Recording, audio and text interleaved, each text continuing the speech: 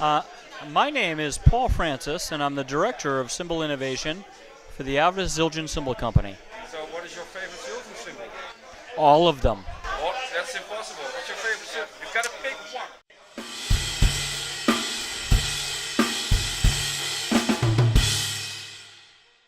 I will tell you one of the favorite projects that I worked on was the K-Custom Dry Complex with Bill Stewart. Was one of my favorite.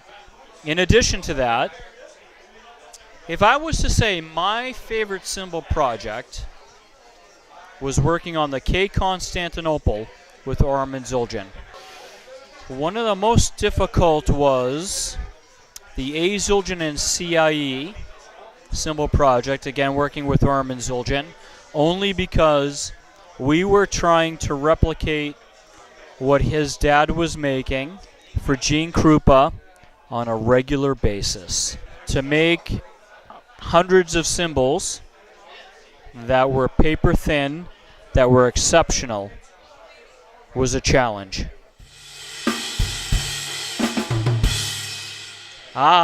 So my first project when I got into the R&D department was the Azuka line, and that was back in 1995. How did that turn out?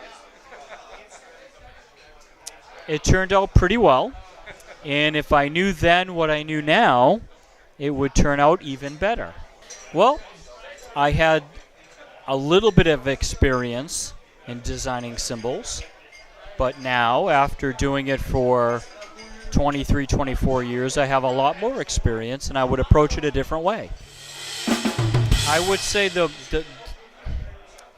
orchestral symbols are challenging with respect to getting two pieces of metal to blend and sound really, really great together. And a lot of the innovations that we learned with orchestral symbol design has filtered down into drum set design. One of the great things that has happened is that when we make a batch of symbols, we get a really great batch of symbols now, as opposed to maybe 30, 40 years ago. So all the symbols are great in their own right. Whatever the drummers tell us the symbol market is going to, we're going to design that. We follow the music, we follow the drummers.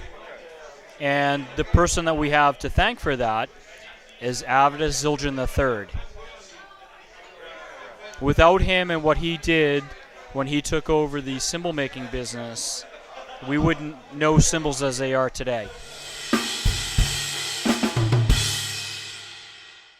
Ooh, the worst you can do is make a bad symbol, then we do it again. Yeah, okay. But with what part of the process? Oh boy. How do I want to answer this? All right, so let me. I'm going to act like a politician right now. So, if you do not lathe the symbol correctly, you ruin a lot of work that got done before you.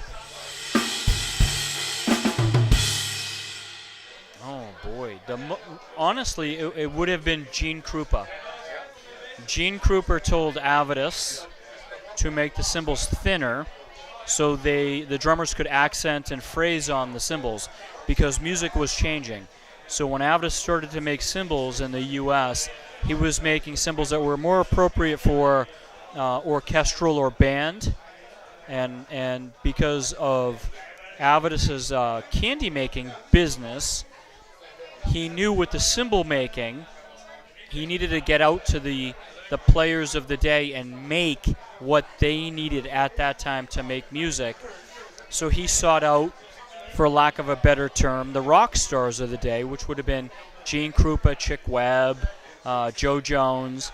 And Gene Krupa was very instrumental, sorry for the pun, in saying to Avidus, you need to make the symbols even thinner for what we need the symbols to do right now. I would say the 1930s. Avidus he created the foundation for cymbal making back in the 1930s that we continue to use today. Wow.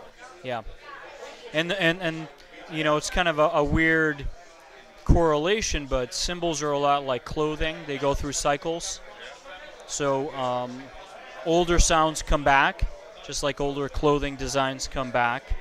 Right now we're in a period of you know, super thin cymbals, except they're larger as opposed to years ago where they were smaller.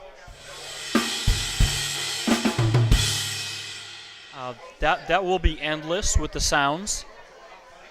Again, following the music. The things that we're noticing now is that there's no rules for cymbals. When I started with Zildjian, if you were a pop drummer, you played A's or A customs. If you were a jazz drummer, you played K's or K customs. Heavy metal drummer, you played Z's or Z customs. And right now, the beauty of cymbals is that you mix and match however you want as a player to get the sounds that you need. And it's very, very refreshing as a cymbal designer. Next time. Thank you.